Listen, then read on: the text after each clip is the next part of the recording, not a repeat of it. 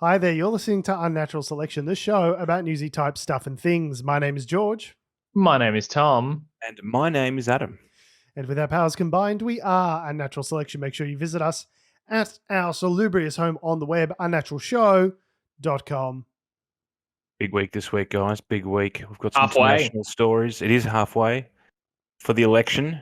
Mm-hmm. That's what I'm assuming you're referring to. Not halfway to... 3 weeks in, 3 weeks to go. No, he's halfway to to the pub. orgasm. He's jerking. He can't see under the table, but he's jerking Just himself off under the table. At all times, George. That's why Just- I always I am wearing- announce the progress of my orgasms. Yeah. I'm like a third of the way in. Yeah, when I've described myself over the years as being edgy, I wasn't talking about my sense of humor. You are edging yourself. Yes. Yes, I'm just like, yeah.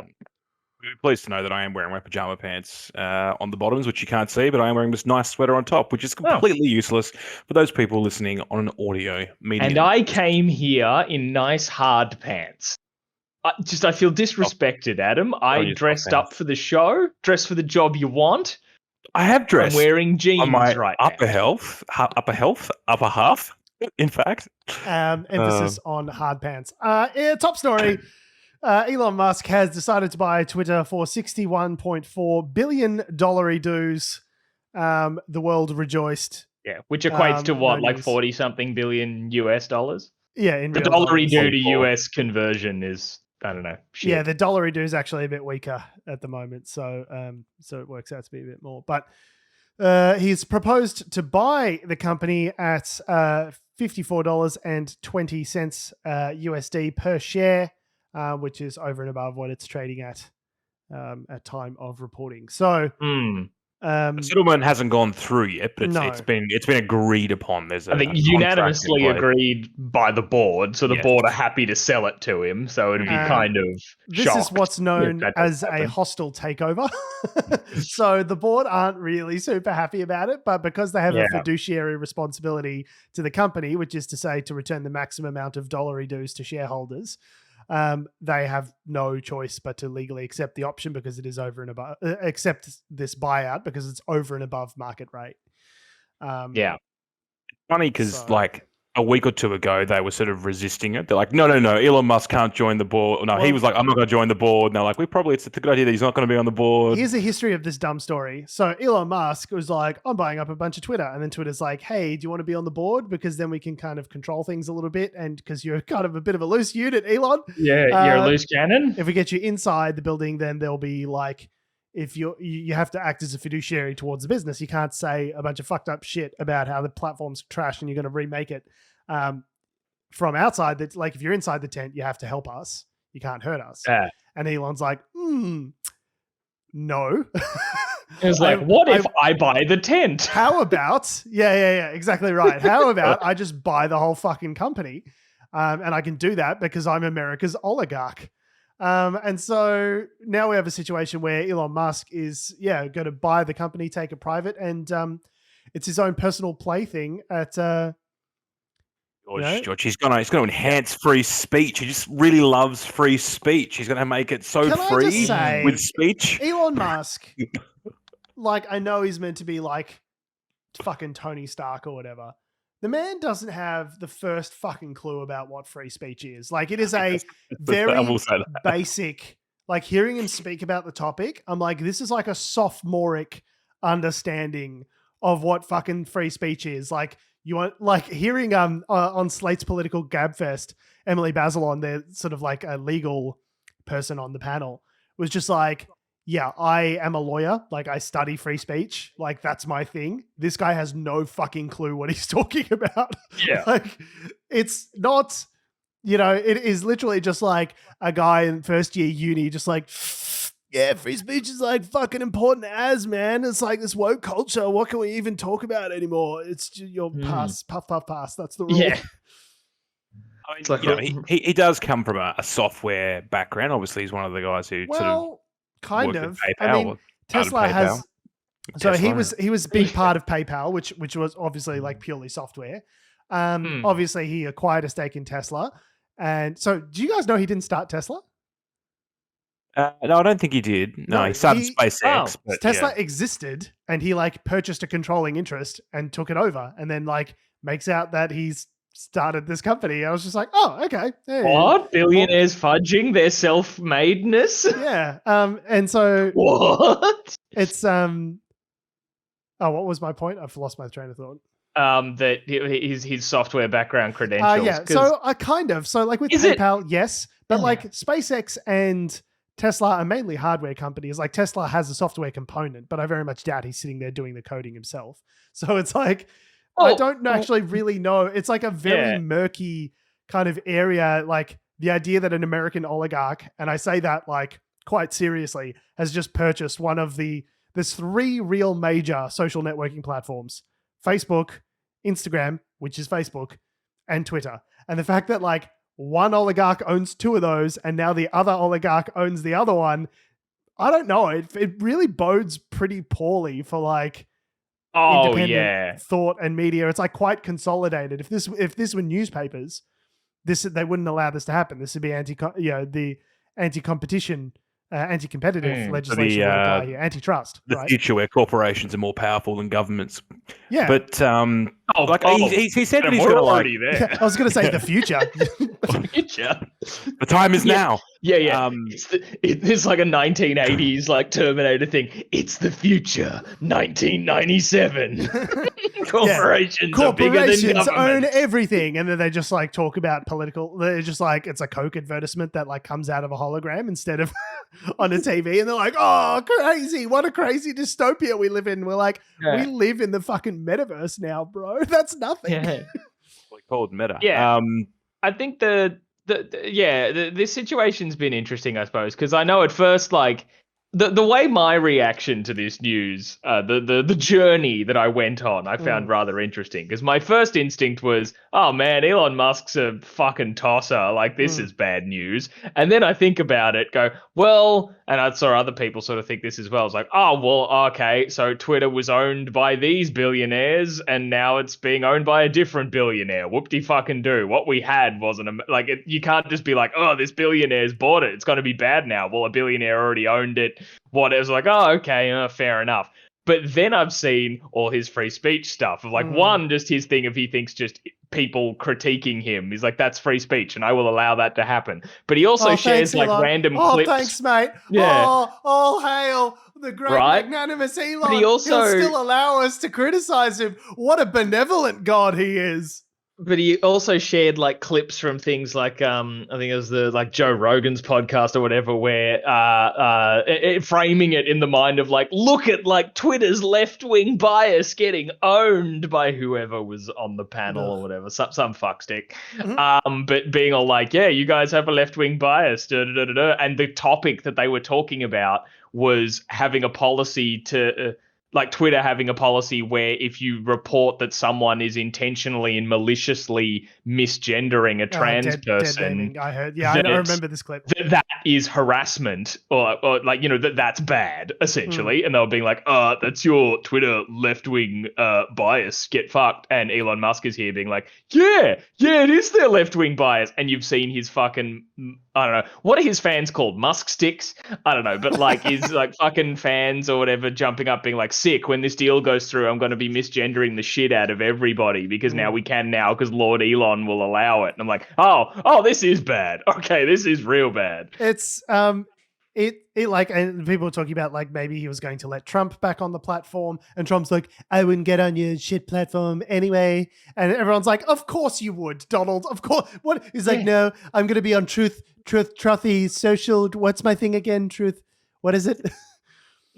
Of course he's gonna. The moment he's allowed back on Twitter, he's gonna be on. And it's like, the thing is, it's like it's not as though Twitter now isn't a wretched hive of scum and villainy. It truly is. Like currently is. And like the answer to that problem is not like more freedom. Freedom wasn't the problem. Like the fact is, when you have these like platforms like Gab, which are like unrestricted, completely unrestricted, you know, speech in any form, no matter what the content, no matter who it hurts, no matter, you know, who gets harmed by it. Guess what happens? They all become fucking cesspools. Like, and you know, like they all become fucking neo-Nazi holes for shitheads to go on and like troll and dox people and like make death and rape threats. Like nothing good happens from like No. unrestricted free speech. the- And we've had like 10 concept of- years of like working through these problems on the platform. And Elon's like, hey guys, how do we feel about square one? Do we want to start at square one? Like, But some of the other things he's talked about are like making algorithms open source and defeating spam bots. But Okay, which authenticating all sounds- humans, which is good. which sounds like a good idea until you realize if the algorithms are open source, all that helps is the people who are trying to game the algorithms who have the smarts to look at the algorithms and cheat them. That's moronic, Elon. Why would you want to make it open source? Because then everyone knows what it is. I mean, he's got a lot of trust in people where he thinks, I think, that, yeah, the people, the free speech, and people will use free speech in a responsible way, which obviously is not what we've learned over the last, Has he Not met even the internet? 8 years? Not even he uses free No. speech in a responsible way. He called, I love it. Like, he to called be that frank- guy that was diving to save those children in Thailand a pedo. He called a man who was saving children a pedophile baselessly with no information. And then it's like, you know what would be good for this situation? Even more unrestricted speech. Yeah. Like, what? To be fair, like I think Elon, like I like him, but in the sense that I think his business ventures and his visions for the world will help change it. Sure. But him on a macro, I'm Elon, just being Elon. Of he course, is you're as a billionaire, if you're worth $270 billion, broken.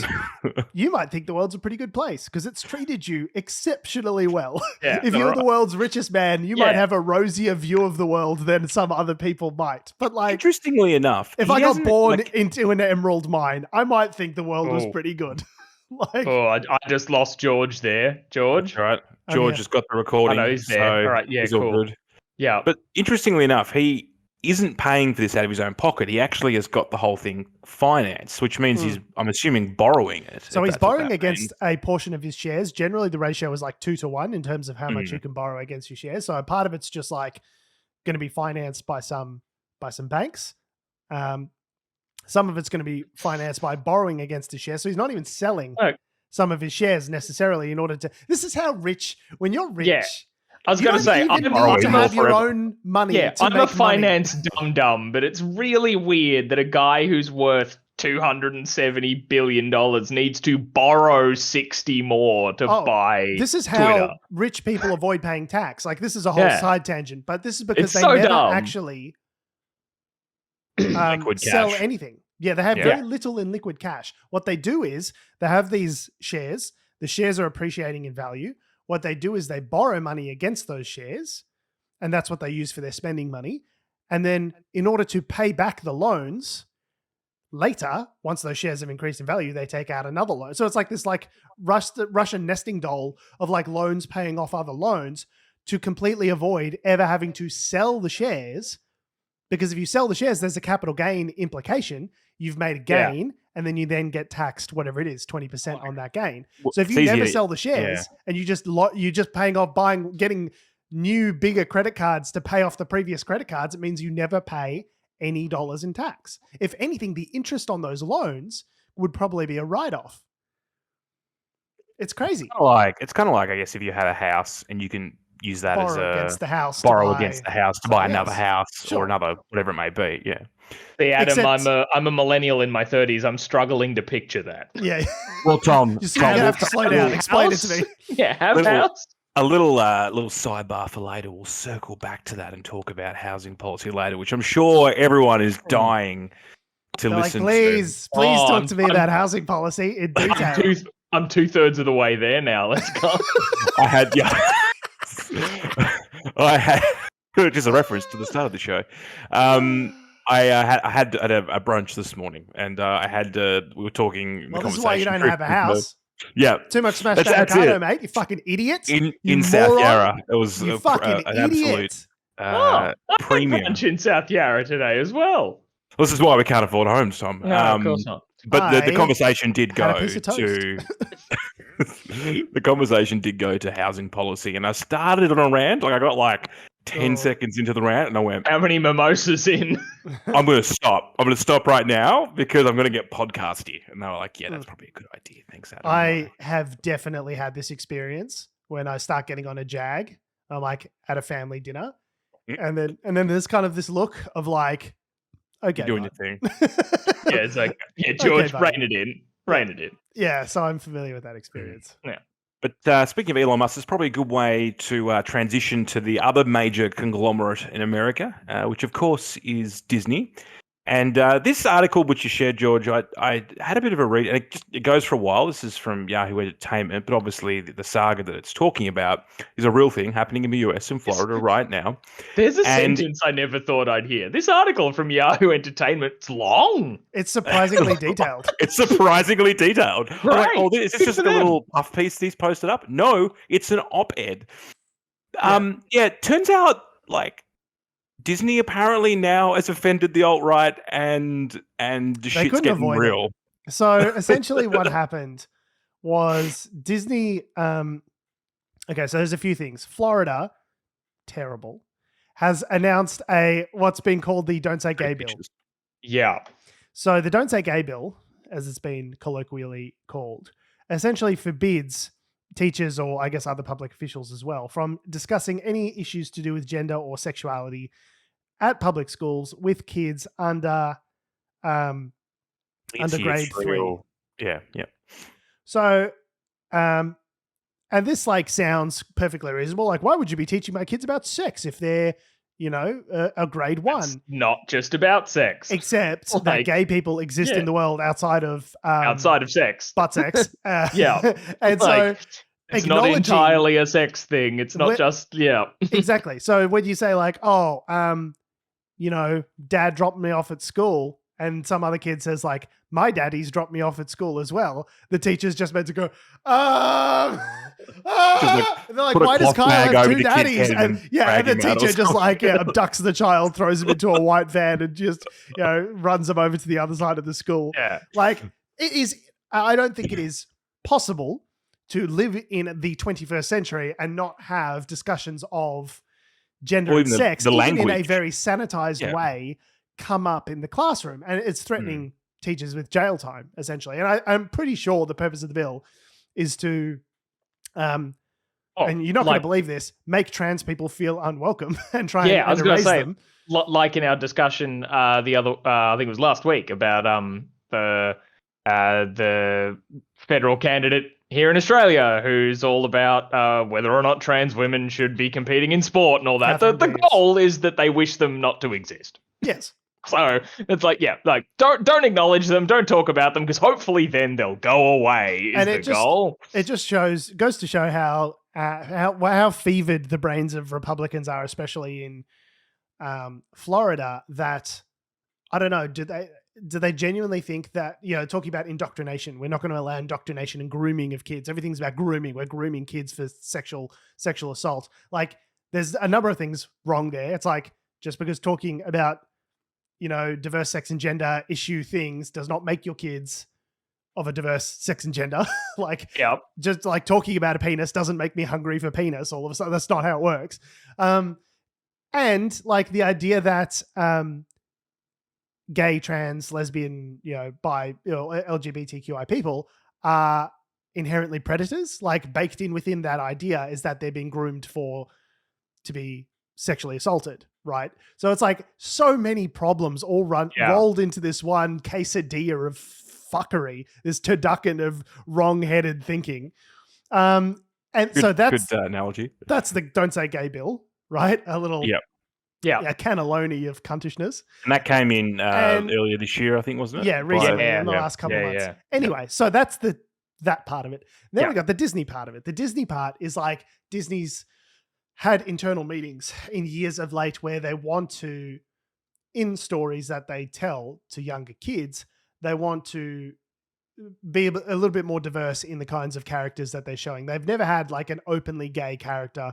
That film that they did... every time they say they do, it's awful. Like, I think Beauty and the Beast, the remake of Beauty and the Beast was the first time I recall them ever announcing there's going to be Disney's first openly gay character in a movie, and people were like, whoa, progress. And then it's just Josh Gad kind of in the background as fucking Gaston's friend. LeFou. Yeah. This is like, neat. Yeah. Or like Star Wars, the most recent one. I've already forgotten the name of the last of those Star Wars. That's Last the of the impression it Jedi, left on me. returning Jedi. Yeah, still something returning. Skywalker. Skywalker Chronicles.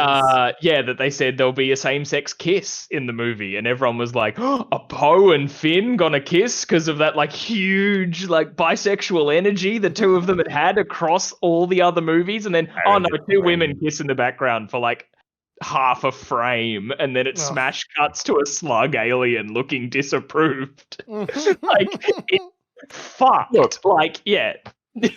But this is slow progress in a realm where Disney, and this is part of what slow progress in that every time you take a step, you fall over.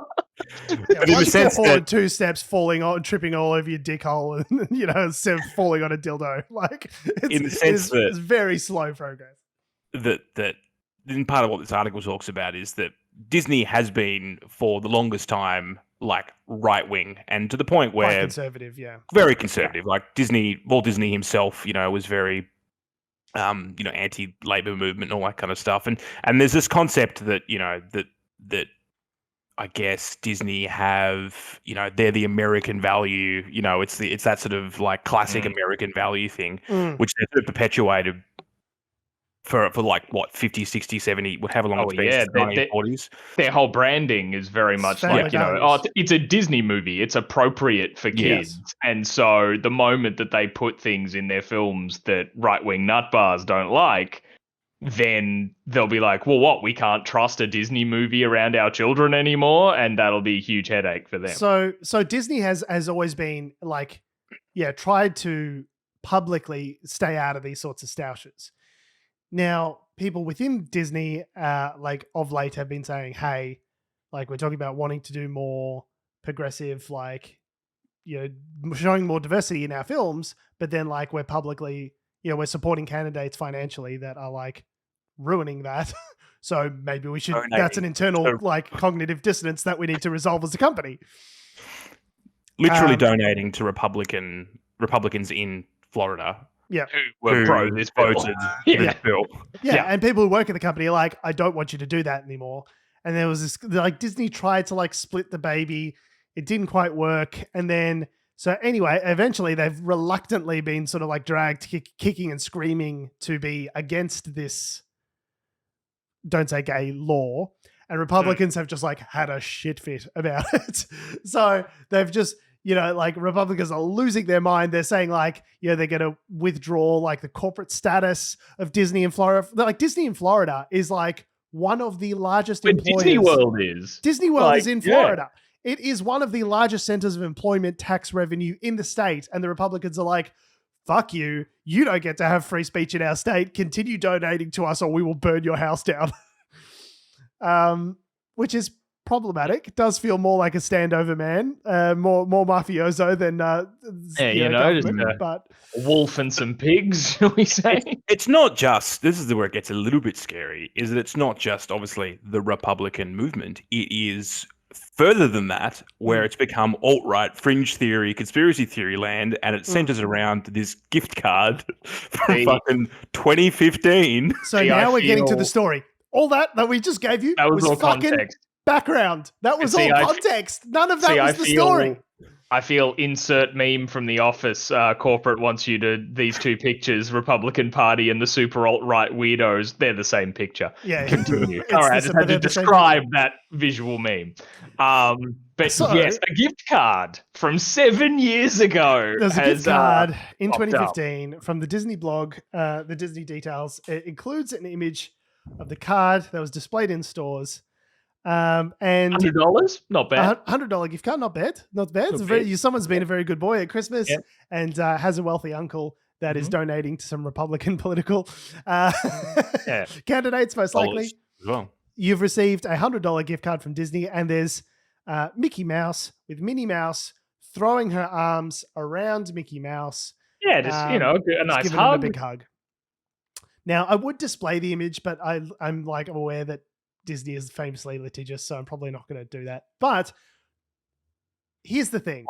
A bunch of alt-right people have been saying this online, that it does kind of look like Minnie's dress, the way Mickey Mouse is sort of putting his arm around her, and the fingers, and then the white of the thing on his pants, the front bit kind of looks like a thumb. And when you look at it in that context, it kind of looks like it's a hand gripping a big blue cock.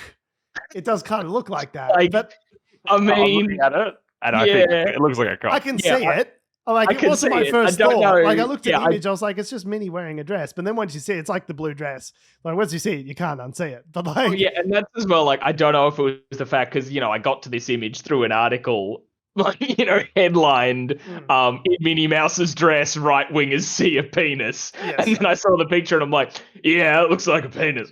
But so I don't know. It's like chicken and the egg. But chicken and the penis. I do think some people need to explain what a Rorschach test is to these people. They're like, sometimes you might see a penis when there is not a penis there, and that tells us more about you than it does about us. Than it does about Minnie Mouse. So they think there's this. So like the alt-right weirdos have gone, well, there's like clearly this image is like a coded one to show Mickey Mouse just gripping that blue veiny dick. And that's clearly a pro LGBT agenda from Disney 7 years ago, before it was a thing that we kind of were grilling them on their LGBT status. So up by that fringe theory shit coming from what's the like 4chan and those kind of websites, that's been picked up by Republican lawmakers. So you've got people like Oklahoma GOP Senate candidate Jaron Jackson, who posted a rant on Twitter claiming the people at Disney are pedophiles pushing a satanic, godless, child predatory perspective. Godless. Godless.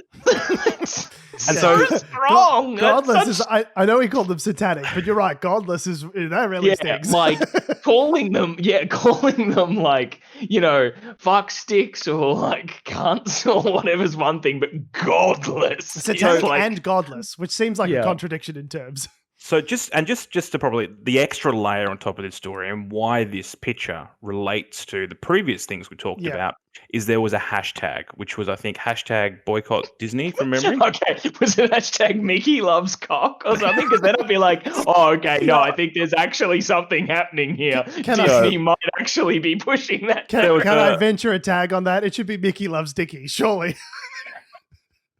Surely, right? We're not helping in this discussion. No, you're right. Yeah, obviously don't want to assist the right-wing nut bars. But I think I have not spent much time thinking about Mickey Mouse's sexuality, and Mickey Mouse loves who Mickey Mouse loves, Adam. It's not a problem. Love is love. Yeah. So I'm not going to cast aspersions on Mickey Mouse's sexuality at all. But that hashtag boycott Disney came into being because people on the left were going, wow, okay, they've picked up the fact that they're donating to these Republican lawmakers, so therefore let's hashtag boycott Disney. And there was something like 100,000 Twitter mentions, right? And probably not a segue from our previous conversation about Twitter. Free speech, guys, free speech, 100,000 Twitter mentions. How's that free speech going? And then it sort of died off. And then anyway, so the whole gift card thing came out in response to the public stance from the Disney CEO, and then that started. They grabbed the same hashtag and then started using it. The alt-right started using it back against them, and it's had tens of thousands of Twitter mentions as well. It's so crazy that the same like piece of material can be used as impetus for totally different conversations. Like it is just wild that the internet works like that. And it's so funny because like Disney, in the interest of like wanting to have their cake and eat it too, has neither their cake nor the ability to eat it now as a result of this. Like they've screwed the pooch or screwed the mouse, as it were, like 6 ways from Sunday. It could not have gone worse in that they've alienated both the left and the right from their brand. Like it is truly between March 28th and April 5th, some Signal Labs data indicates that the hashtag was tweeted 80,000 times. See, that's amazing that it's been used across those two things. I feel it's a real Spider-Man situation of just like, the left feeling Disney is really anti-LGBT and the alt-right thinking they're all really pro-LGBT and hashtag boycott Disney just pointing at each other, being like, oh, we both want the same thing. Let's boycott Disney. The thing that I was thinking of, sorry, George, this conversation, we had a conversation a couple of weeks ago about, and I was like, why do we do the Americans, and particularly the right side of politics, have this sort of fascination with controlling and labeling things? And one thing you mentioned, George, was that they don't want to protect certain things. They just want to protect this concept of innocence. Like there's this fascination around, we have to protect the innocence of the children. What's somebody think of the children? And that becomes sort of the catch cry for any, which is really just at the end of the day, it's just Americans we find gay people icky. That's exactly Americans are just up for a moral panic. Yeah, they're just absolutely up for a moral panic at any time. Satanic panic, fucking PC culture, wokeism, critical race theory. Americans are just like, what is the next dumb fucking thing that I can be scared about my children for? Like, they are so deeply fucking, it's because they have too much money, there's too much privilege going around in these upper white middle class suburbs. They don't have any real problems, and so like, what the problem is? Trans women playing football. Yes, let's go to all the, who has time to do like children's board meetings and like run for fucking state, some school educational board treasurer fucking, speaking at these public meetings that go on YouTube. Who the fuck are these people that have time? You know what I'm doing? I'm doing work, uni. I got to cook some food. I got to do the dishes. I go to sleep, go to work, do uni. Like, that's who has time to like go to fucking school board meetings in their district and yell about critical race theory, which is a thing about which they do not understand. Who are these people, and how do they just have really good time management skills? Maybe I could learn something from them, because I feel like I'm drowning here. I'm drowning, guys. George, when you have the confidence to yell about critical race theory while simultaneously having zero understanding of it, you make time. You make time for the things you love to hate. Yeah. It's the other aspect to this, which I find interesting, is that all of this is really driven out of Disney being like, we want to make money. Yes, right. We're just corporate overlords. We don't give a fuck about children. We don't care about any of this stuff. Really we just want to make fucking bank. I care about my share price, you idiots. They just know that them coming they in want here to with the appeal most to a wider, lukewarm take. They want to appeal to a wider market. Disney just want to make money, you guys. There, I said it. Hot take. They just want to make money. They just want to appeal to a wider audience. So they're going, well, why don't we just expand our values, because that'll make us so many $1 billion, and then the Americans aren't having it. Well, yeah, it's the thing of like, and it's with these kinds of ways of expanding their values and audience, it in turn alienates the nut bar audience, which is why you really got to look at yourselves and go, which audience do you want? Like, yeah, it's like all those people where it's like, hey, I'm not a Nazi, but a lot of your fans are Nazis, and so you should really look at yourself as to why maybe you appeal to them. It's also like goes to show how deeply this whole QAnon like child sex trafficking shit has like rotted the brains of a huge section of the American populace. Like the Roman Empire, just like the global populace. Like, I think we should. Yeah, we shouldn't pretend that like our populace is immune to all that. I think it's like definitely just caused craziness all over the world. Yeah, we're somewhat more insulated to it from here in Australia, in the sense that like this whole Disney thing, like didn't know anything about it until I read the Yahoo Entertainment article, which was surprisingly well written. Surprisingly like, researched and lengthy. Well done, E.J. Dixon, the byline. Anya.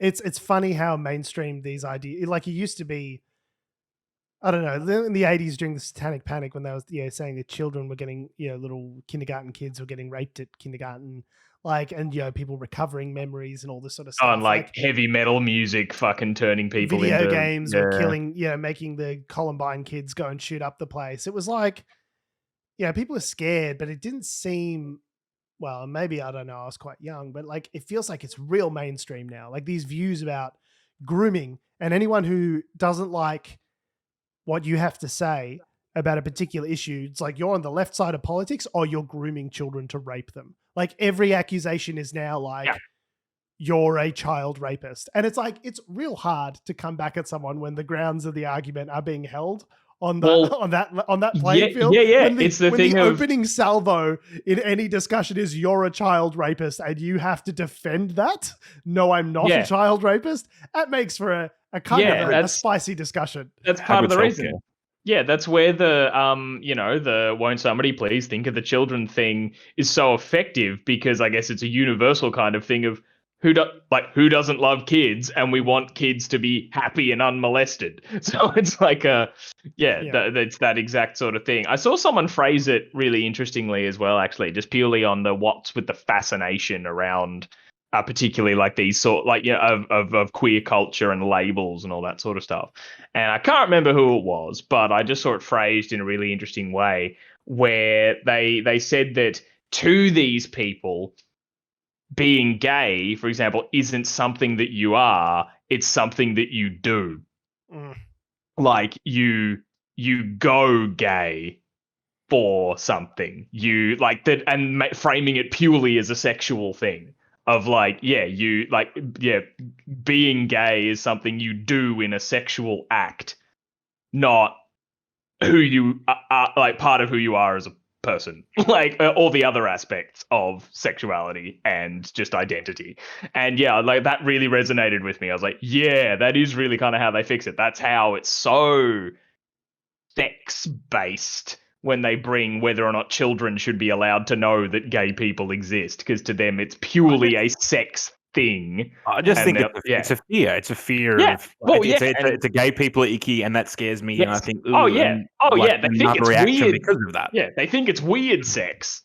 they frame it like purely around sex exclusively, and not to mention all the other ways that they talk about, like, oh no, talking about like queer people and gay, lesbian, bisexuality, trans people, all these things, like, oh no, like it sexualizes children to even let them like explore those avenues of themselves or their identities. And never mind that we just get like 3-year-olds, if a 3-year-old boy and a 3-year-old girl are hanging out with each other, we're like, oh look, he's a lady killer, oh I bet they're gonna get married one day and have lots of babies. I'm like, oh yeah, cool, way to sexualize your quote unquote straight babies there, I guess. Like, fucking hell. Like, no one has a leg to stand on here.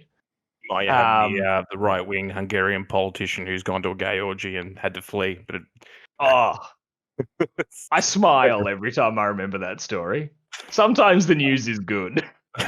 And just like a last point on the whole child trafficking thing, like obviously child trafficking is like one of the worst, most horrible things you can ever think of. But I noticed that all of these people that are like hysterical and histrionic and hyperventilating about child trafficking, like, aren't donating all their money to the Save the Children charity. Like, there are like real organizations out there that do good work in tracking down people that are trafficking children.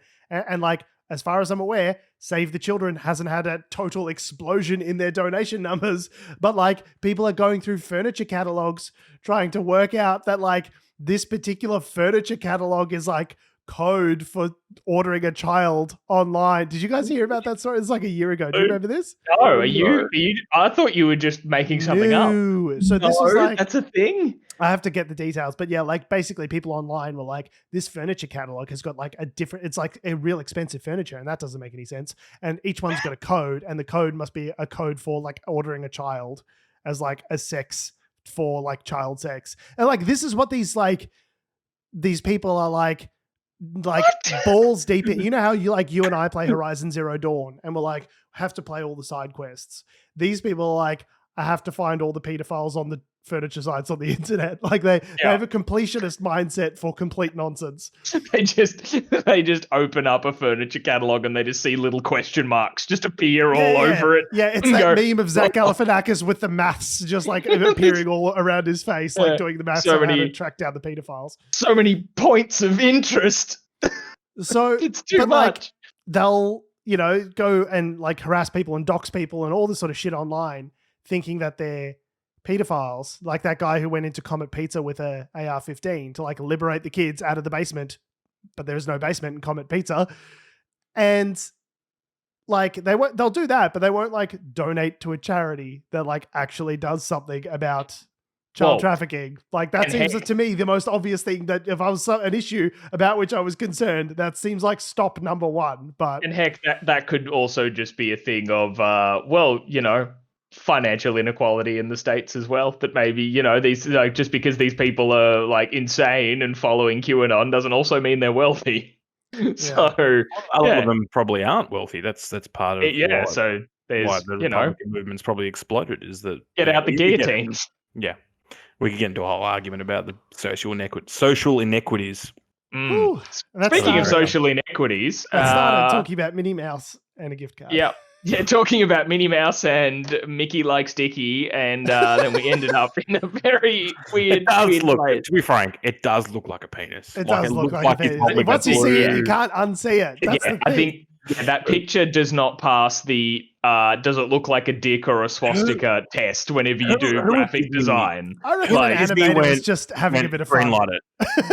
or it was just not noticed. Like, it's just like no one was they're thinking we're making a gift card for children. No one was thinking with penis on the mind.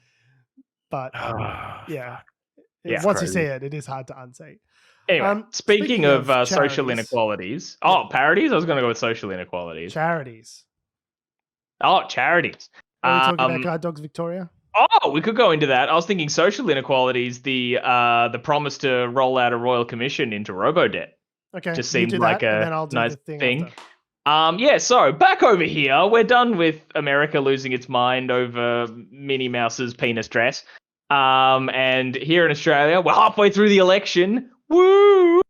But yeah, so of course, being in the lead up to an election, the promises are flowing. They're like promises on tap, so to speak. Some real craft promises with healthy notes of hoppy bullshit. But anyway, promise forward this drink. So the Labor Party has promised to instate a royal commission into the Robodebt scheme if they are elected. Now, I guess context, the Robodebt scheme was where the Morrison government decided... Oh, was Morrison in charge at the time? I think he was.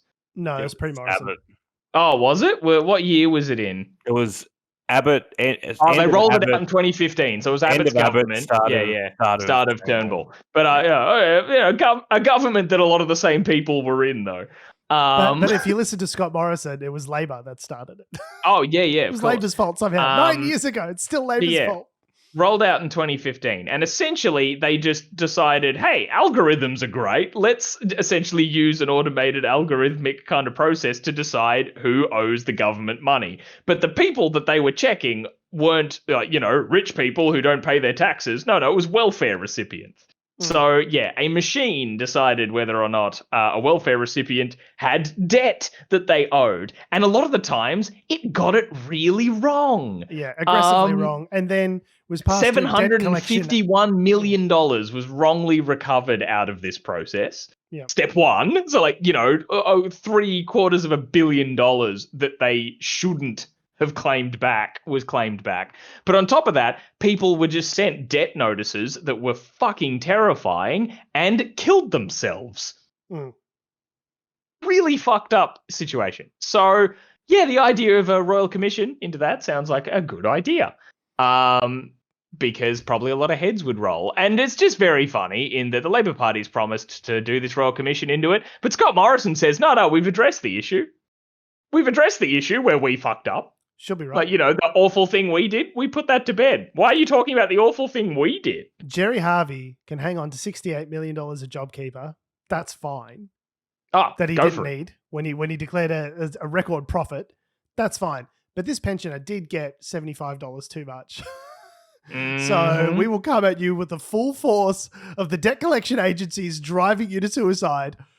All these same conservatives that were like, people during the lockdowns were so upset that, that they killed themselves. Like, how can you say that? And then also say that, and defend this, that people being aggressively, and there was documented cases of people killing themselves as a like direct result of this being machine choice system that was fucked. Yeah, like I don't know how you can defend both No. positions, right? Like, this is my thing though, is it, I feel like a royal commission is starting to lose its impact because every 40 seconds, someone's going, we're going to have a royal commission into this. And then they have the royal commission. It drags on for 2 years. They spend however many $1 million and then nothing happens. Yeah. And then they put out a report. Here's 52 recommendations. The government looks at it. They don't adopt any of them. Yeah, nah. Yeah, it's why I think that's why I'm a bit. I won't pretend to be an expert, but I understand people refer it to be like when we have another royal commission, it needs to have teeth, like that they need to be able to like punish people retroactively. That's not a royal commission. A royal commission can make recommendations. They can, investigate things. They can subpoena people, but they cannot. I'm thinking of an ICAC kind of thing. Yeah, they're not. That's not. Yeah, I want Justice Kirby with 2 chainsaws for hands. That's what I want. Now, to be fair as well, there was a federal court settlement where the government had to pay $1.8 billion back to the people that were wrongly pursued by the Robodebt scheme. So when Morrison's talking about it's settled, that's what he's referring to, is that court case, which they quietly hushed up. And so cool. All right, they were ordered to pay money back to the people they shouldn't have taken money from, but no punishment for killing people. We already paid the hush money. Okay, so what more do you want from us? Okay, what you want actual accountability? Obviously not. Yeah. That's the great comfort to the people whose loved ones died from a letter they shouldn't receive. It's it's gross, and the contention that they make. A mutual friend of ours, Tom, who shall remain nameless, because you saw this, I saw on his private Twitter as well. As someone who, this is a quote from our mutual friend, who shall remain nameless. I just remembered what you were referring to. All right, go ahead. As someone who briefed the minister at the time on how Robodebt was breaking the law, the prospect of a royal commission into it is, quote, ... interesting. So this friend briefed the minister, who at the time was Alan Tudge, I believe. Let me check that. And basically said to him, like, how this is working is not legal. And the report, from what my friend alleges, this is a trustworthy source, I have no reason to disbelieve him, was what would Labor do? That was the question from the minister. What would Labor do? Could Labor have done it? How would Labor have done it differently? Basically just trying to avoid political responsibility as to how the whole thing would play out in the media. And I can't really say more than that, but it's clear to me and clear from the media reports at the time, the government knew it was doing something that was wrong and illegal and fucked up. And I don't think even they realized how deep it went and how prolific the problem was. And they took no steps to redress it for years and years, and only when forced to. Like, it's none of that's a secret. So here's all right. Here's a little interesting piece of information. I was just looking up the history of Robodebt just to look for sort of who was the discussion. So there's history of issues around, I don't know, like recouping welfare payments that they think shouldn't have gone out since like the 90s. But so in 2011, the Labor Gillard government had introduced an automated system to cross-check data between the tax office and Centrelink, our welfare payment system, which is just to identify data. Right? To cross-check the data. Say who owes what and who's done what incorrectly. All it says is we're taking the data from this source and we're checking it against data from this source. Now the algorithm and like automating demand notices and things like that, that's all the LNP. All Labor did was put it into spreadsheets. Right. Now so then here we go with the creation and announcement in the timeline. In April 2015, measures to create budgetary savings by increasing the pursuit of outstanding debts and investigation of cases of fraud in the Australian welfare system were first flagged by the Minister for Social Services, Scott Morrison. Wonder why someone says that the issue's settled, huh? It's settled. I don't want to talk about this. It is settled, I decided. I think politically, the climate at that time was, it was the Abbott sort Austerity. It was a of year. It was a austerity year. Yeah, era. it was a year after the budget that was all like, "Poor people don't drive. Yes. You're all fucking pieces of shit. I'm gonna smoke my cigar now. Bye." Yeah, for the millennials who are just joining us, hello, millennials or Gen Zers, I should say, who are just joining us, there was a thing where Joe Hockey said, it doesn't matter if poor people get stooged on, what was it, the fuel excise? It was petrol prices. Yeah, Petrol prices, because fuck them, poor people don't drive very far anyway. Yeah, was poor a thing people either that don't they own a said. car, or if they do, they don't drive very far. And then we re-elected them twice. Not Joe Hockey though. He's got a sweet gig had a sweet gig as the He's an ambassador to ambassador the or something. US. Yeah. Yeah. They were like, "You're really unpopular, but we also want to give you a really sweet gig." Yeah, fuck off to the US. Yeah. So anyway, that's I mean, who knows if Labor get elected, will they actually do that? Who knows? Because election promises are always fucking horseshit. I mean, that may well do it, but I just don't see what it's actually going to achieve. I mean, clearly real. the whole thing is just a way of bludgeoning the LNP once they've got political power. But in all fairness, the LNP fucking deserve it. I'll bludgeon them away. I'll hand you the sack full of doorknobs. Go for it. It is a purely partisan political tack, which they completely deserve. I love the concept of Tom just having a sack of just a bunch of doorknobs just lying around in his house. Just collects them. Yeah. Just clear out your local Bunnings. All the doorknobs. The revolution will not be televised. Let's go.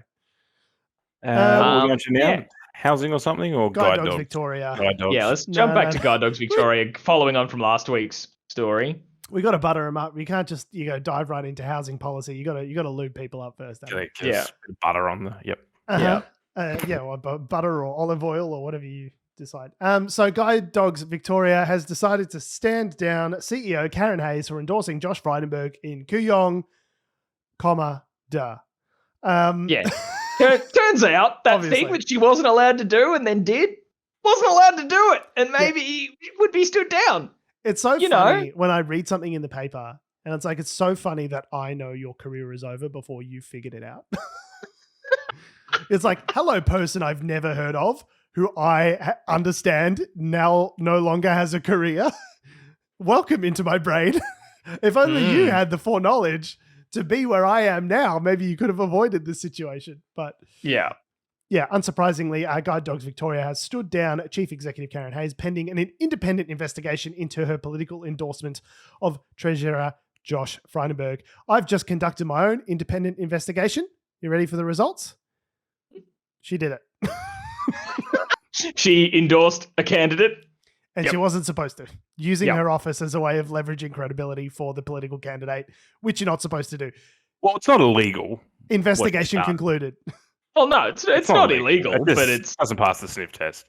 Well, it's not allowed by the business. It is against by the charity. Sorry, it would. Yeah, it could result in your charity being deregistered. So if that's what you were going for, then great, thumbs up. But to be clear, she is coming at it with a personal endorsement, but the problem is that she's labelled everywhere. She's holding a guide dog. A guide dog. And it says she's got CEO of Guide Dogs Victoria. Yeah. If it was just Karen, the insane lady in Kooyong, that's one thing. But that wasn't what she's holding a dog, Adam. It's really hard to make a case for anything except using the name of Guide Dogs Victoria to advance a political cause. But in her personal endorsement, even if you didn't have the label of CEO, if she wasn't pictured with the puppy, the quote says, Josh has shown his genuine care for Guide Dogs Victoria. And I don't know, people might it 3 times. Yeah, people might, put 2 and 2 together if they looked up the name of who's endorsing it. And that's the thing, if you take off Chief Executive Officer and Guide Dogs Victoria and just have the quote and the name Karen, we'd be like, neat, Karen, who are you? Why do I care what you think?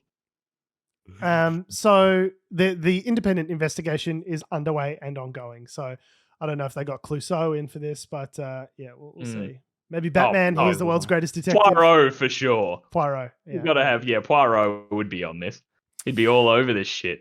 It's ongoing. so- They've got a whole crack team on it. I hope they get to the bottom of it soon. I'm curious to see the results of this thorough investigation. Royal and compare Commission, them to our own.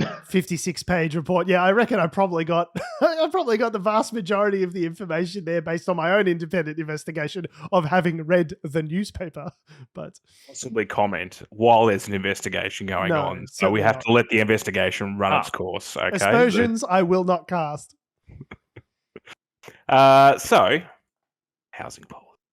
Housing policy. Say it again with me, guys. Housing policy. Careful, Adam. He's nearly all the way there. One more time. 7/8 of the way there. One more. he's- Yeah. The 13/16 of the way there. One more time, but slower. Yeah. So it turns out in Australia, housing's fucked. In short. Newsflash. I don't know if we've ever mentioned it on the show before. Housing's fucked. I don't know if Housing the is- mic picked that up, but I just smacked myself in the face in disbelief. Okay. So when we say housing's fucked, we mean that the price of obtaining a house, to buy a house, the great Australian dream, which you get sold on as a child, has become increasingly, to perhaps almost exclusively, Fucking impossible. really, really hard unless you're earning good money. To the point where, house prices during the pandemic grew 20% or something or like that.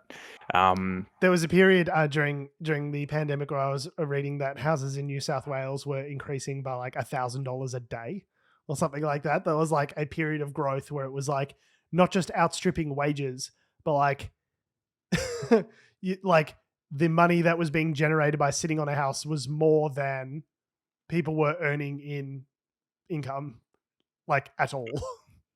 Which is broken. Which is, but in case you're wondering, is that a good thing? It is No. not. Because you two might want to live in shelter, and shelter requires buying a house. So if you two would like to live in a heated house or an apartment, then you might be interested in this story.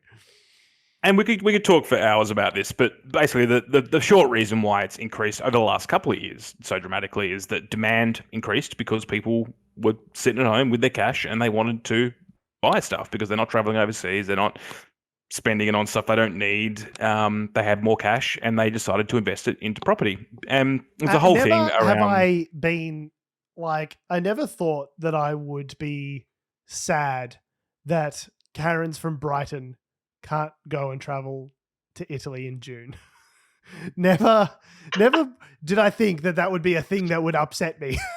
Because now you're right. There's the combination of historically low interest rates for decades, in combination with various tax policies that like negative gearing, which basically gives you a tax benefit for losing money on a rental investment.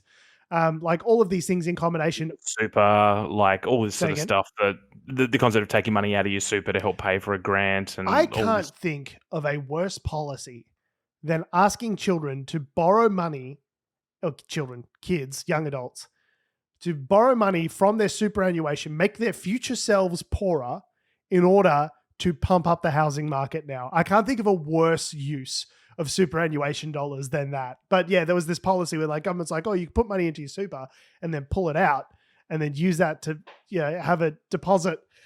And people were thrilled about it, as though that doesn't just further fuel additional demand in the market. I don't know why it just pushes prices further up. This has been like, just to go a little bit historical really quickly. This has been a problem since I don't know, early 2010s, 30. I mean, it's been a problem since probably the 90s, but it's been an issue particularly acutely in the last 10 years when government started, increasing the value of first home owners grants with various tax concessions, off the plan stamp duty things. We had a royal commission into banking because banks were just like signing people up for fucking debt they couldn't afford. Of which none of the recommendations have been, or very few of the recommendations have actually been stuck to. And there is a cheap supply of liquidity, combined with all the things we've just talked about, with the concept of I have to get in now, I have to get in now, I have to get in now. This fury-driven, of this concept of having to buy, means that places it's fucked. You can't get anywhere. And the fact that people were moving out of the major cities, out of rentals, they want to go somewhere nice where there's leafy green suburbs or a beach. And so house prices in regional areas went up because there's not enough housing in those areas.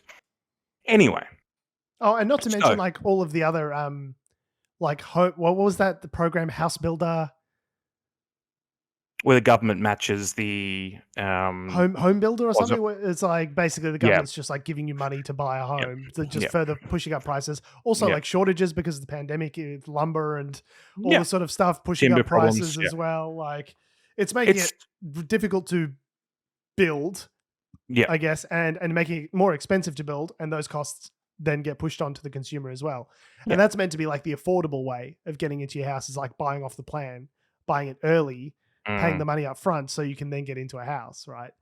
And all of this is just like and adding fuel to the fire. Just add fuel to the fire. Just fucking put it on there. I hate that whenever people like, oh, we need to fix the housing problem. Like I think it was when our parents were growing up, it was like 60% of people were owner occupiers, and now that number's dropped to like 28%. It's like historical lows for home ownership for our generation.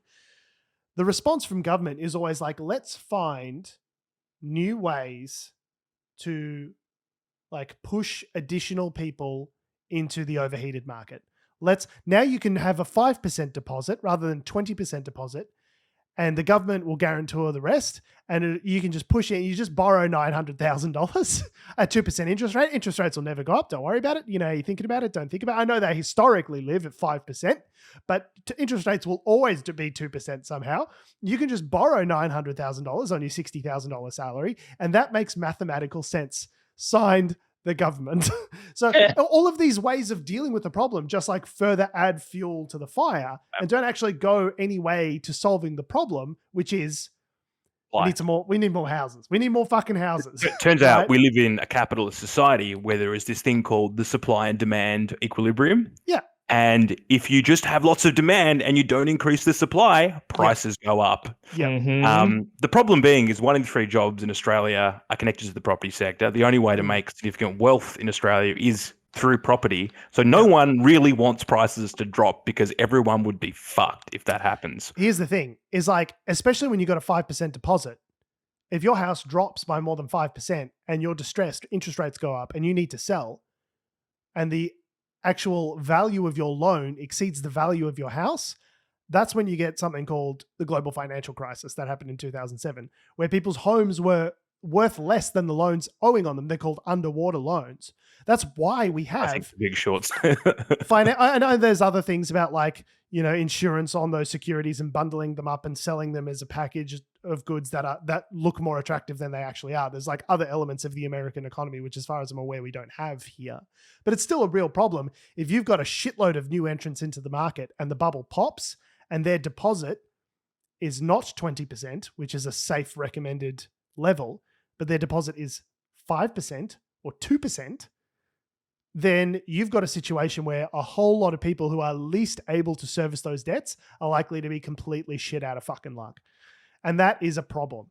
And Labor's new policy, which they announced this morning, tell me, how does it go some way to addressing that, Adam? Or does it help at all? No, you know how you like petrol on the fire? Just put more petrol on the fire. So... petrol's fucking expensive right now to begin with. So. It's too expensive to put on the fire. Can't waste it. Yeah. So this is Labor's. So let's break up the parties. So Labor have announced a policy today where they've talked about, rather than just increasing the amount of places for where the government contributes part of the deposit, they're talking about the government paying for a large part of the purchase price in exchange for equity. So they would have an equity contribution of 40% for a new home, 30% for an existing home, and that would be in combination with the existing policy of the Liberal national government, which is the First Home Guarantee Scheme. So the concept being is you could go in with 5% deposit or whatever it may be. They're actually saying it could be as little as 2%. As low as 2%. As low as 2%. Which is insane. the government will give you 30% of the value of the property, and then you'll also pay lender's mortgage insurance, which adds an extra $40,000 or $30,000 on top of it. And yeah, that way you'll be able to buy a house. It's only eligible for individuals up to $90,000 of income, and for couples $120,000. So it means that you can for first home buyers that they can get into the market, but importantly, it's the same strategy, just with a different swing on it, and the governments and the taxpayer are now taking on the risk. Here's the thing. So a couple of things. It's only available for 10,000 places. 10,000 places a year, which is a Band-Aid over a hysterectomy. Like that is a Band-Aid over it. Like that is a Band-Aid over a bullet wound does not cut it. That is a Band-Aid over a 50 cal machine gun that's ripped the top half off of your body, right? 10,000, that's like 5% of the, new entrants into the housing market every year. Okay. So it is fucking nothing. And not just that, but all it does is seek to inflate add price. New entrants to the market, thus overheating it more, thus increasing prices, locking additional people out of the market. Like it doesn't do anything to address the underlying cause, which is not enough supply to meet the demand. And it has the added benefit, of course, in quotation, air quotes, because it's not a benefit at all, of sacrificing a large portion of the equity in your home to the government. Now the government is part of the roulette fucking table of property prices in Australia. Why on earth would you want the government exposed to that sort of financial risk? Because then if the housing bubble pops, guess what? The government's fucking budget pops with it. Like it's so, and like it's so dumb. That is the primary way. Housing is still the primary way of building wealth for people here in Australia, right? You buy a house, you pay down the equity in that house, you are paying down your loan, you are buying a place to live rather than renting, and you're also building equity in your home.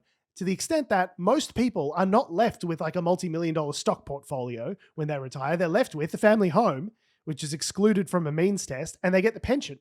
They live off the pension, and they've got like a $6 million home in Toorak or whatever. Like that is like how a lot of people in Australia build wealth. So that to then turn around and say a portion of that equity is actually going to go to the government means that you get all of the stress and pressure of buying a home without getting as many of the benefits. Like the whole point of growing your equity and borrowing and buying something else, that whole journey is like taken away from you in this scenario because now the government owns. Why the fuck would we want the government to own a third of your house? How does that make any fucking sense whatsoever? Like, I mean, there are things where it's like the concept of having equity in property, like I can see sort of in some ways the attractiveness of it, because in theory, if prices just keep going up, the taxpayer therefore gets a better share of when the prices house always sells. go up forever. Nothing ever goes down. These tulips, man, these tulips are going to go up in price forever. There's no way this will ever crash. My sandwich, has it also appreciated in value? Yeah. We should, just because we're running short of time here, so I'll quickly try and rush through this. But the Labor Party do have another policy, which is that they do want to create 30,000 new social affordable housing properties in the first 5 years of government, which will, create lots of jobs. And, these houses, 20,000 of them will be for, like pure social housing for people that are like, fleeing domestic violence, whatever else. 10,000 for frontline workers, which is great. Building properties, increasing supply, taking demand out of the market, good. And then I'd assume that the government probably would have some sort of equity in those properties. So this policy where they're talking about, giving people extra money to buy homes is in concert with this, right? So it's balanced out a little bit. But if you actually want to address the underlying causes of this problem, which are too many people, too few houses, I feel like, and I'm not an economist, I feel like the way to address that is to build a shitload more houses. The government is going to build a lot of houses. We're going to build some 3-bedroom, 4-bedroom homes in regional centers that we want to incentivize people to move to try and pull them away from the big cities, which are congested and, have all these other issues. They haven't got the facilities to necessarily deal with expanded suburbs 40 kilometers away from the city that don't have a hospital or a school yet. Let's build it around a regional center and let's sell those homes for like $400,000 and only to people earning less than $90,000 a year. And let's do that Like- for 3 decades and see if that solves the problem. And that's effectively what happened back in the 50s, 60s, 70s, right? Yes. After when the boomers came in, they built houses for these people. Like my family come from that environment in Tasmania where they lived in. Yeah. I live in a house or a 2-bedroom unit that was built as social housing, right? This is what the intention of this was. They would build units. You have a quality of life that's decent. It's not the same thing as having a full an acre block and a full 5-bedroom house. It's not the same thing, but it is passable. People can live there and have dignity in, with disability or with being unemployed and that was like in the 70s, 60s and 70s. And then we just like stopped and we said the market will fucking sort it. And guess what? And that's because someone in the US thought about the 30-year mortgage and away we went.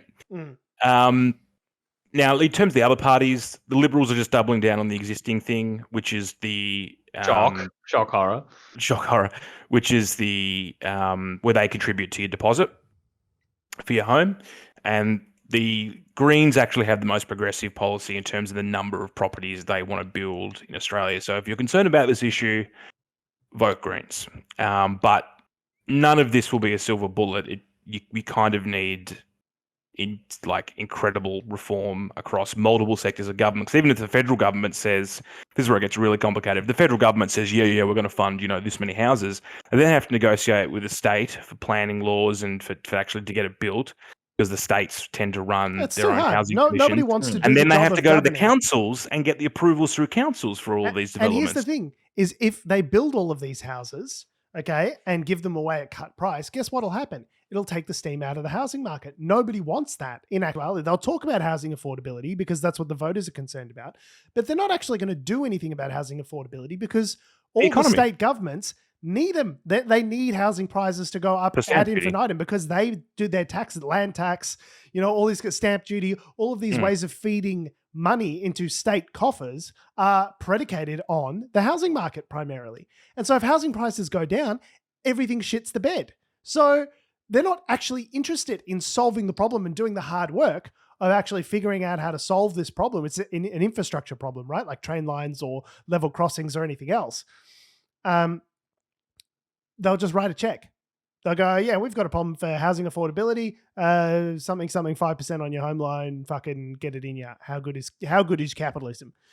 And the key to, you said if you want someone to deal with this, vote Greens. If you really want to deal with it, don't be poor. That's my key advice is be rich and be born with wealthy parents who can help you out. That's the only way that you're going to be able to, in this world, be able to own a home, or just wait for all of the boomers to die.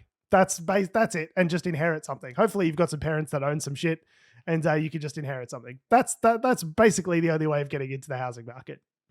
Which is kind of where it becomes a class differential, which was the problem. That's when we start sharpening the fucking guillotines where it starts happening. Right? The problem in Europe. Sharpen them up. 1800s. Wheel out them guillotines. I feel like Adam, you made a point just before then of really what you can vote Greens or whatever, but really what we need is some really drastic reform and policy changing now. I feel the list that explanation applies to is getting way too long. It's getting too long. Really everything we talk about. Climate change? Oh, you betcha. Housing? Damn straight. LGBT rights? Oh, you betcha. Prisons? Oh, man. Yeah. We got to change this shit. We got to change this shit now. Indigenous deaths in custody? Well, let me tell you. Boy, is there a long list of things. Boy, do we need inspired leadership with can-do stick-to-itiveness and hard problems with not easy solutions. All this change comes slowly stuff is I don't think we got the time anymore.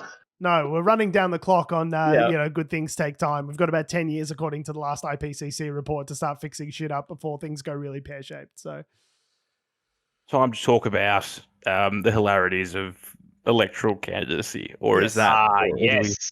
So recently, How did you find this article, Tom? I don't even know. I follow the Australian Electoral Commission on Twitter. Oh, you're such a fucking nerd. I love you so much.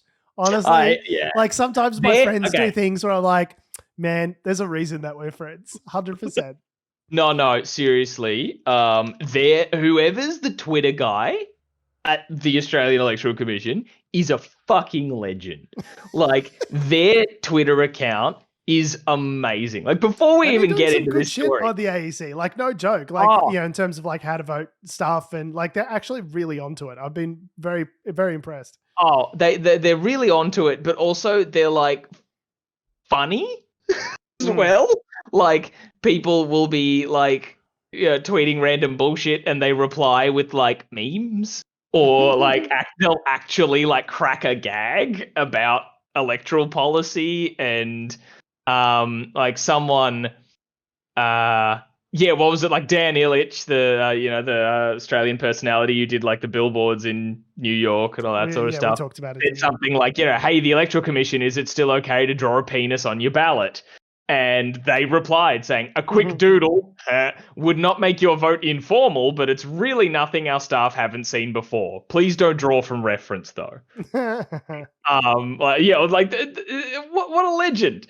And someone said you have to stop indulging Dan Illich like this, and they said never. So they seem to have a good time. Anyway, but they tweeted something out. Well, they tweeted a media release that's actually kind of important, which is how I got into this. So in this past week, the 22nd of April was when candidates for the federal election were declared. So when it's like everyone has all their paperwork in, these are the people that we now are putting on the ballots. There was a certain candidate, Mr. Malcolm Heffernan, who's in a bit of hot water with the AEC. They had to put out a statement titled Mr. Malcolm Heffernan's Candidature. And so Mr. Heffernan was one of the candidates that was declared on April 22nd, but was declared for two divisions. They were declared for the division of Banks in New South Wales and the division of Brand in WA.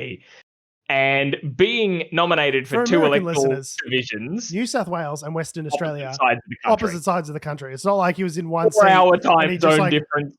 Wandered over. It's literally like Western Australia, the far west. And you know how you're picturing Australia as a huge fucking country. It's like someone running for both New York and Los Angeles. Right, correct. Thank you. Just complete opposite sides of the country. And quoting the AEC here, Mr. Heffernan's nomination for two electoral divisions is in contravention of Section 165 of the Electoral Act. No shit. I'll keep quoting. Hilarious. Just get this next paragraph. The next bit.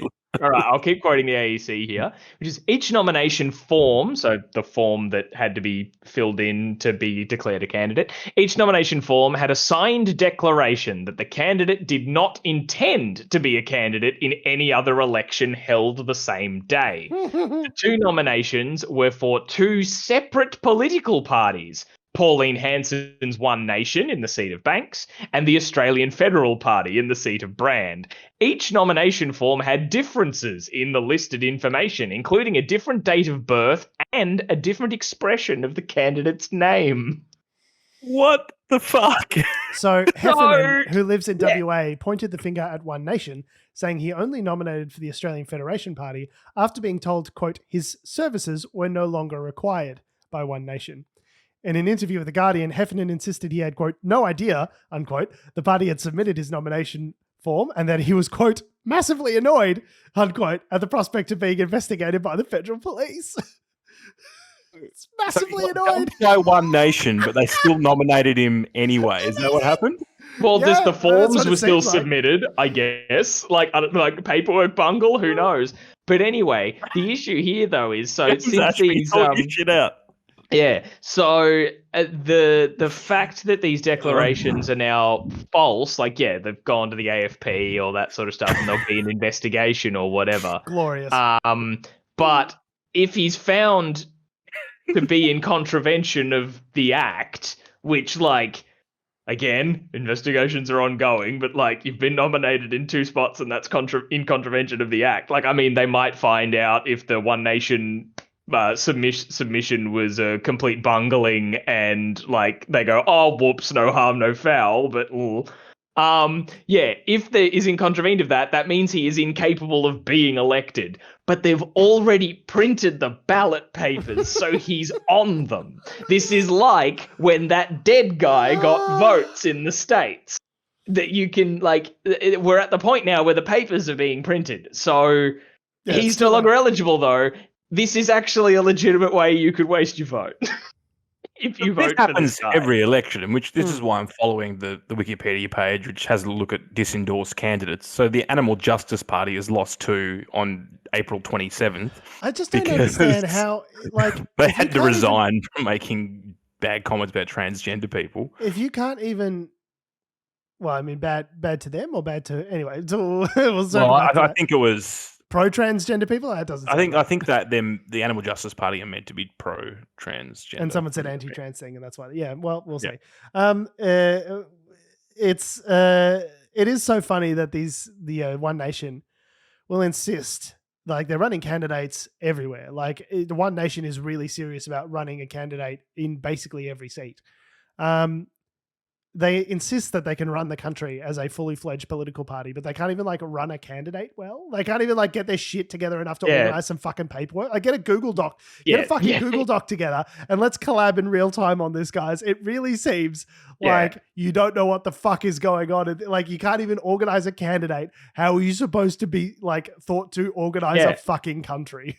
Well, yeah, they couldn't fucking spot the guy who mowed a swastika into his lawn. Yeah, the background check was a little lacking on that. Yeah. I know. It's like how did the thing is it's got different dates of birth on the application forms, Just different spellings of all the name. over the fucking shop. What the fuck? And because is that it written in crayon? I need to see this fucking application. Who was writing this? Yes, that's the thing. That doesn't bode well for them. That looks more like you were intentionally trying to register in two places. It's like my speculation there. Can you imagine the marketing material? Obviously, each of these parties, what's the other one? The Australian Federation Party would have to have, their own marketing thing to hand out on polling day or before. Sure. So number one, Ronald McDonald. Number 2. Hamburglar. Number 3, Grimace. Anyway, that was just a hilarious whoopsie that came out of the election this week. I'm just looking forward to more of these. I'm looking forward for the next 3 weeks for people, particularly for United Australia Party. I reckon there's going to be some shit coming out of that party. That we'll realize how insane most of them are, and they'll have to be kicked out. So I'm hoping because last election there were heaps. There was probably 20 or 30 or something well, not 20 or 30. I might be exaggerating there, but there were a heap that were oh yeah, we can't run. Because hope everyone's checked their citizenship. That's what happens when you get a bunch of racist goons into your party for shit people. That's what happens. So it's hardly surprising. Goons, hired goons. But you're right, Adam. This is definitely more fun to talk about than the ins and outs. You're just screaming about housing policy on a Sunday night in my second bedroom. You're right. This part is definitely more fun than the other part. You're correct. On that note, wrap it up there. We've been going for an hour and 20 minutes.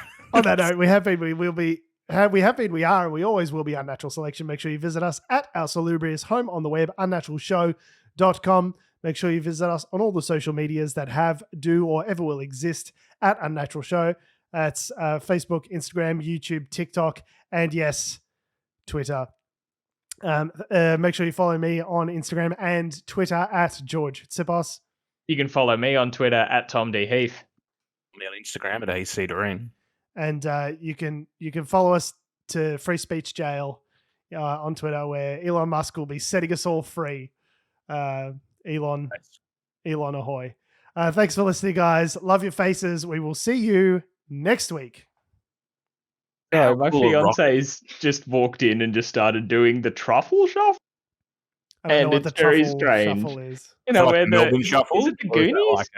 Yeah, where the little kid lifts up his shirt and his belly, just going the truffle shuffle.